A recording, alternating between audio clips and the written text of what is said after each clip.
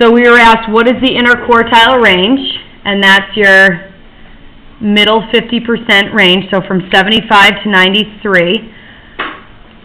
And in theory, what percent of the data should fall between the first and third quartiles, okay? So in theory, 50%, because when you come up with this 5-number summary, the minimum, Q1, Q2, Q3, Q4, or maximum, you're splitting this into 4 intervals. Here's your first interval, your lowest 25%. Here's your second interval, your lower middle. Here's your third 25%, your upper middle. And here's your top 25%, which is the, I don't know, sometimes I think of like the vocab words surrounding like our class system in the U.S., like the upper class, the lower class, the lower middle, the upper middle, right? I don't know if you guys come across those vocab words or hear those ever in politics or in history class, but for whatever reason it makes me think of that. But it's split this into quartiles. It's not a coincidence that that starts with quart, which is the prefix for 4, right? 4 different parts. So we have our bottom 25%, so a quarter of the class, the lowest quarter of the class, scored between 56 and 75. And then the lower middle scored between 75 and 84.5. And then the upper middle here, and then the upper quarter, the top 25% of you, let's say, scored between 93 and 100. Now that is definitely in theory. That's the best we can do. But like when you have a weird number like 84.5, it's kind of tough to tell. This says, is that true for this data set? Did half of these kids fall between 75 and 93? So here is our 75 up to 93. Is that half of the kids? That's 1, 2, 3, 4, 5, 6, 7, 8, 9, 10 of them. That's actually 10 kids out of 18. So that's actually a little over half, isn't it? Okay, so no. Is that true for this data set? No. Here, 10 out of 18, which is, what percentage? It's higher than 50, I'll tell you that. You can tell me, you have your calculators, what's 10 out of 18? What is it? 55%. So 55% scored in that range. And the reason you sometimes have it not being exactly 50% is because 2 of these data points are right on the edge. 75 is right on the edge, and 93 is right on the edge. So, you know, I guess maybe you should count one of them and you shouldn't count the other just to keep it balanced. But that doesn't always happen where they fall right on the edge like that. All right, so review a box and whisker plot. Any questions? Okay. So on the back, we carry on with what is the population standard deviation. We wrote this yesterday. Remember, S of X is the sample standard deviation. So that's the sample standard deviation of these 18 people. Okay? 68% of the time, these people scored within 12 points of 83.7. The population standard deviation is, in this case, a little bit lower. So what the calculator is doing is it's assuming, when it calculates this one, it's assuming that this is only 18 people out of like 1 million or out of 100. It's assuming that this is only a small sample of your entire population. Now, we know that this is the entire class, so you do have to read into the context a little bit. We do know that this is the entire class. So it is fair for us to use this sample standard deviation because this is exactly the right standard deviation for these 18 points. Versus this one is assuming that this is going to be the standard deviation for the entire population of, let's say, 100 students, given that we've only looked at 18 of them. So there's a little bit of guessing involved in the calculation of this one, because you really don't know if this is only 18 out of 100 kids. You don't know what the 82 other kids did. So you have to kind of guess a little bit. But at any rate, that population standard deviation was 11.7. So using that symbol, that was 11.7. So that means that 68%, and again it's approximately 68% of the time, students scored within 11.7 points of the class average. That could be 11.7 points above. It could be 11.7 points below.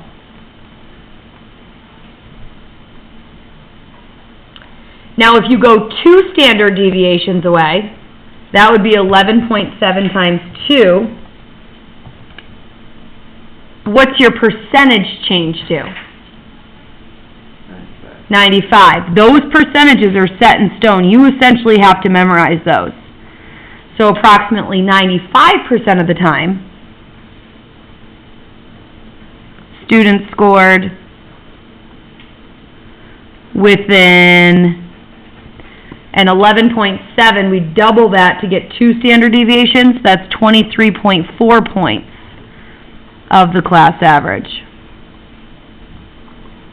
Now again, these are estimates. This is approximately what happens. But just like the interquartile range being 50%, it doesn't always end up being exactly that amount with the data set. And that's what Part D is going to ask us to look at. So what percent of the scores were within 1 standard deviation? So first of all, the average was, let me look back, 83.7. Okay? If you're 11.7 points higher than that, 83.7 plus 11.7, you scored a 95.4. If you're 11.7 points below that, you're a 72. So let's go back to our data list and count how many kids actually scored between a 72 and a 95.4. So if I go back, okay, we have a 72, and all of these up to a 95.4. So that was 1, 2, 3, 4, 5, 6, 7, 8, 9, 10, 11, 12, 13 kids out of 18. So 13 out of 18. That's 72%. So is that exactly 68%? No. But the more kids in your population that you look at, if you looked at 1,000 kids, that's going to get closer and closer to 68% in being that exact number. But it's close enough, yes? Okay? Within 2 standard deviations, so we need to go 23.4 points above 83.7. So 83.7 plus 23.4, that'd be a 107.1. And 83.7 minus 23.4 is a 60.3. So let's count how many kids scored between a 60.3 and a 107.1. Pretty much everybody but that 56, yes? All of these kids. So that's 17 out of 18 kids. So if I do 17 out of 18 kids and calculate that percentage, I get 94%. It's supposed to be approximately 95%, and I think we can all agree that 94 is approximately close enough to 95, yes?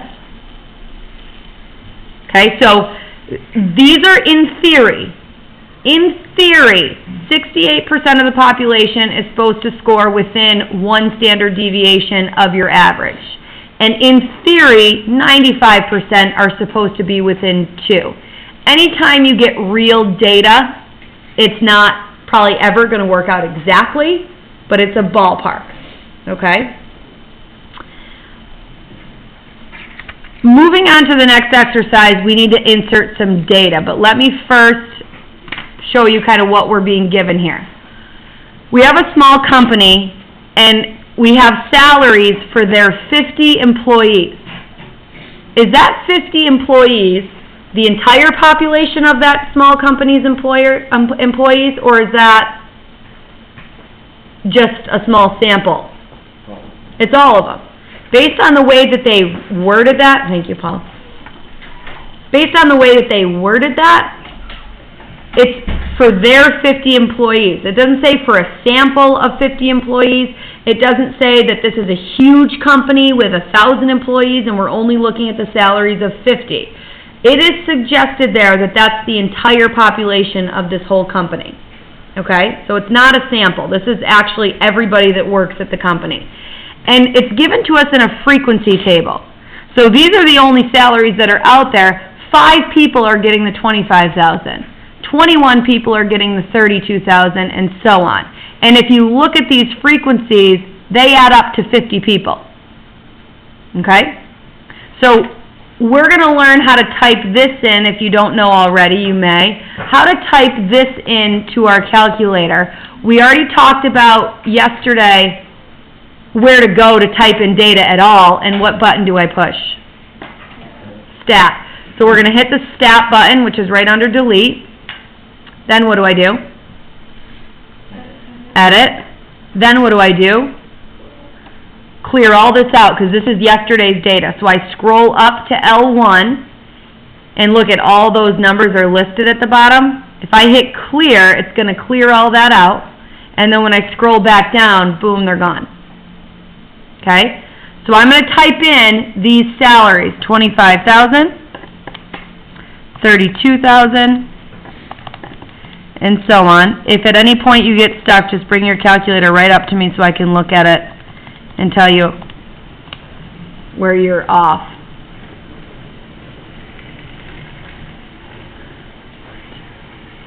Is that 6 salaries? That right there, though, only looks like 6 people, right?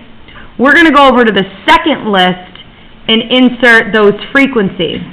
So 25,000 has 5 people. Then 21 people make the 32,000. And then 14, 7, 2, and 1.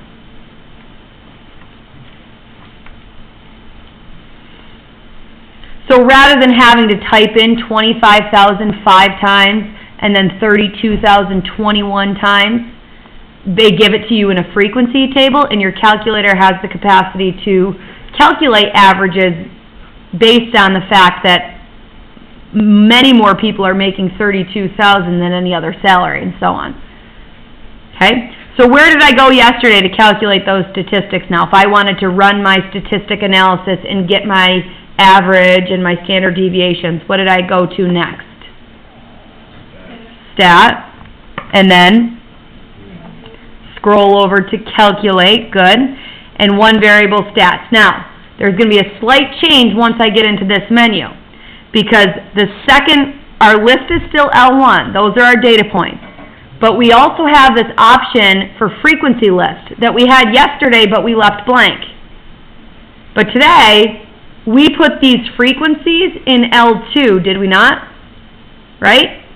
So we need to write L2 there, and if you look down at your numbers, above the number 2 in blue, it says L2.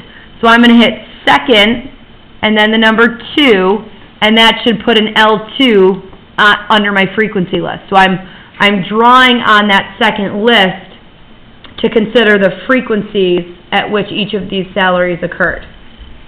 Are we good? That makes sense. Any questions so far? Sarah? I was at 83, so I was like, how did I do that? Bring it up to me and I'll see if I can figure it out. Then we'll go down to calculate. And there are our numbers. So we've got the critical numbers are our average, our sample standard deviation, and our population standard deviation. I think you have to do...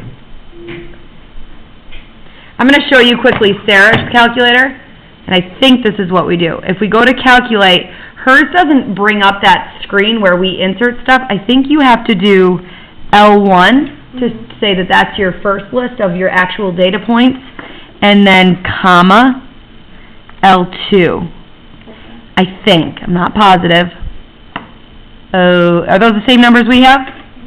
Yeah, they are. So that's it. Okay, so you just have to use the comma, and you have to kind of remember that, whereas our 84 pluses prompt us for what to put in.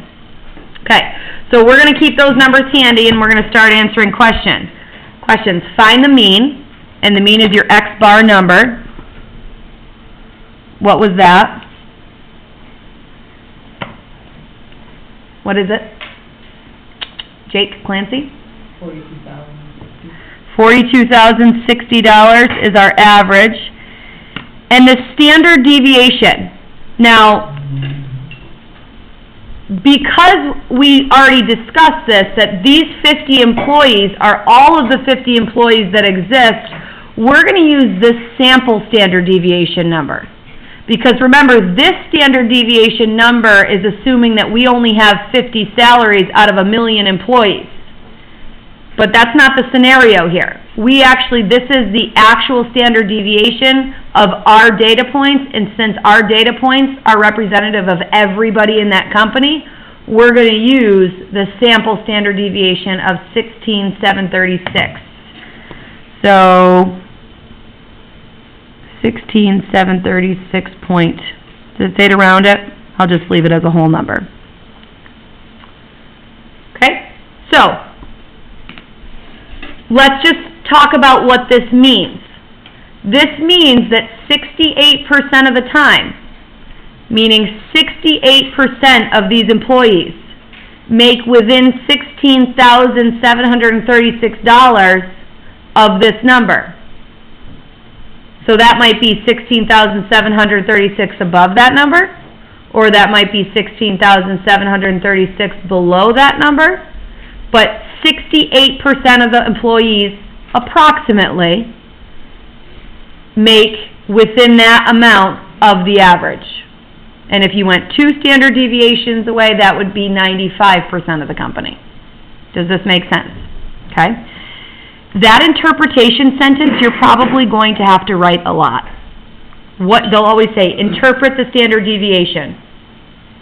Or what does that standard deviation mean? Explain what this means to me.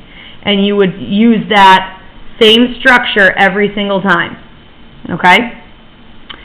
What is the median? So we have to scroll down for that. We get our 5-number summary, and the median is 32,000.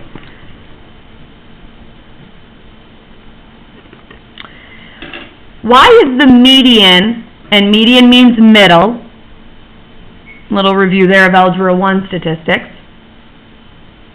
Why is that middle number so much lower than the average? What would have caused that if you look at your salaries? You can either choose to explain as to why the median is lower, or you could say, you could choose to explain it from the vantage point of why is that average higher? What made that average higher? Most of the employees make how much? Right, well, and that's the middle. But why is the average so much higher? Who caused that problem, Riley? Because you're adding all the numbers and dividing them, but you're just putting to the middle when it comes to the median, if you're not adding anything. Okay, but when a data set is like perfectly normally distributed, and we'll talk more about this tomorrow, but when a data set is perfectly normally distributed, your mean, median, and mode are all down the middle. And they're the same, they're about the same number. But here, clearly our median, our middle number, is lower than our average. And the reason that I'm trying to get at for that is because we have a couple, not a lot, but a couple people who skew the data because they make so much more than everybody else, right? And you could say the same for like the U.S. population. The average salary might be $100,000, but most people and the middle people don't make anywhere close to $100,000.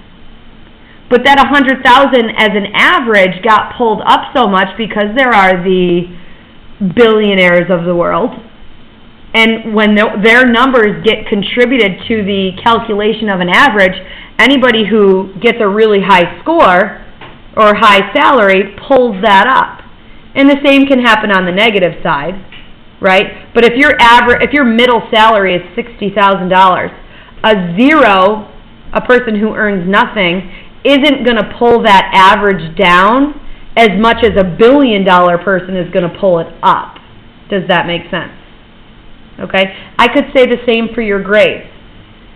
I could look at all of your grades and everybody got a 70, 71, 72, 73. Everybody was in that 70s range, except for Hunter. He had to go, and Scott. Those two had to go and get a 100 on us.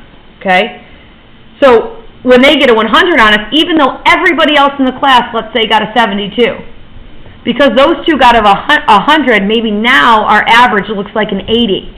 But that's not a great representation, because Hunter and Scott might be outliers.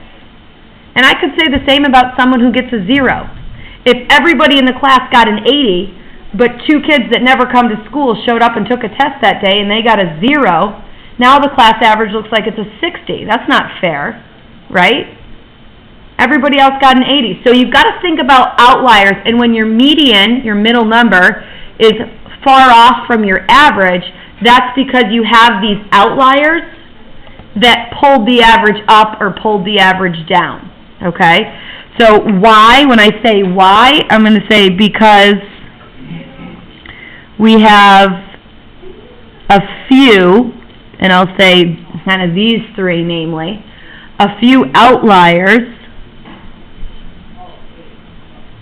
whose high salaries, much higher salaries, pull the average up.